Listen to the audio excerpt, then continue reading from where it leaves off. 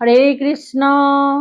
জয় নিতাই, জয় গৌর। সকলে ভালো আছেন, সুস্থ থাকবেন, প্রত্যেকটা ভিডিও দেখতে থাকবেন। সন্ধে 6:30 থেকে রাত্রি 8:30 পর্যন্ত ফোন খোলা।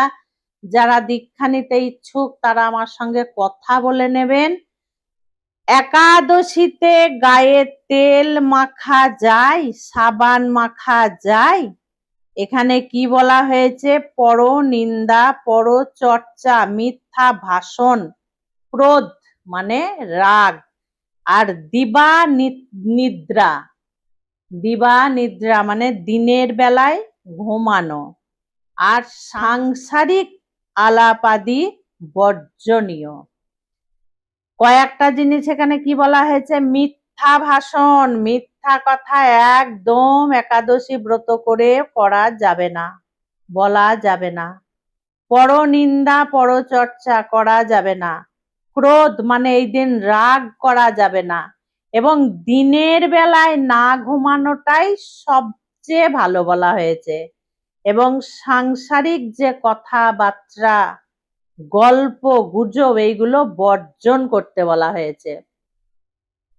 সংসারে থাকতে গেলে রক্ত মাংসের শরীর, রাগ হবেই, কিন্তু সেটা একাদশীর দিন যদি একটু চেপে থাকা যায়, যদি পাশ এড়িয়ে যাওয়া যায়, তাহলে খুব ভালো হয়। মায়েরা চেষ্টা করবেন দিনের বেলা না ঘুমানো।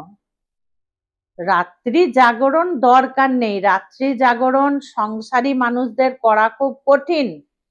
যদি জীবনে সুযোগ আসে কোনো ধামে গিয়ে, কোথাও তীর্থ করতে গিয়ে, সেদিন রাত্রি জাগরণ করে নেবেন। সংসারে থেকে রাত্রি জাগরণ করা একা একা হয় না, এটা অসম্ভব, হয় না, কেউই পারবে না। আর পরনিন্দা পরচর্চা এইগুলো করলে কিন্তু একাদশী বৃথা যাবে। মায়েরা খুব সাবধান। সেদিন নিজের বাড়ি থেকে, ঘর থেকে একটু বেরোনো কম করবেন, মানে বেরোনো বন্ধই করে দেবেন। নিজের কাজকর্ম করে নাম জপ করতে বসে যাবেন। ঠাকুরকে যেটুকু পারবেন সেবা দিয়ে নাম জপ করতে বসে যাবেন। অন্তত মাসে 2 দিন তো নামের ঝুলিটা পূর্ণ করুন, সেখানে তো গিয়ে জমা হবে, এটা করুন। এবার কি বলা হয়েছে? একাদশীর দিন গায়ে তেল মাখা বা সাবান মাখা যাবে? বলি, আমার গ্রামে প্রচুর মায়েরা আছে, আমি সব জানি গো মায়েরা, সব জানি। বাস আমি শহরে করতে পারি, সব জানি, কারণ আমিও গ্রামে বড় হয়েছি। মায়েদের গোয়াল গোবর থাকে, গোপালন করে মায়েরা, এবং উনুনে রান্না হয় কাঠের জালে। হাঁড়ি কড়াই মায়েদেরকে পুড়াতে হয়, বাসনপত্র সেদিন মাজতে হয়। তাহলে হাত দুটোতে কালি বা তেল ঝাল মশলা লেগে থাকবে রান্না বান্না, সেই হাত নিয়ে তো আর মালা জপ করা যাবে না, ভগবানের সামনেও যাওয়া যাবে না। সেই ক্ষেত্রে হাতে সাবান দিতেই হবে, এক্ষেত্রে সাবান দেওয়া যাবে। মাথা ঘষা, যদি মায়েদের কোনো অসুচি হয়ে যায়, মায়েদের নিজেদের দেহের অসুচি, বা কেউ মারা গেছে, সেই দিন ঘাট কামান, এই দিন একাদশীর দিন মাথায় সাবান দেওয়া বা গায়ে সাবান মাখা যাবে। আমি অসুচ হলে বলেছি। এবং মায়েরা যদি ঋতুবতী হয়, সেই দিন স্নান করতে হবে মায়েদেরকে, সেই ক্ষেত্রে কিন্তু সাবান মাখা বা মাথায় শ্যাম্পু করা যাবে। কিন্তু একাদশীটা পালন করতে হবে, একাদশী কিন্তু ছেড়ে দিলে হবে না, এই একটা বিষয়। আর বললাম হাঁড়ি কড়াই মাজা, এই একটা বিষয়। যে মায়েদের সকালে উঠেই স্নান ইত্যাদি করে নিয়ে আর কোনো কাজ মায়েদের সেইভাবে নেই, পরিচারিকারা আছে, মেয়েরা আছে, তারা কাজকর্ম করে দিয়ে যায়। যে সমস্ত মায়েদের সাবান না মাখলে চলে যাবে, সাফ সুতরো থাকবে, তারা মাখবে না।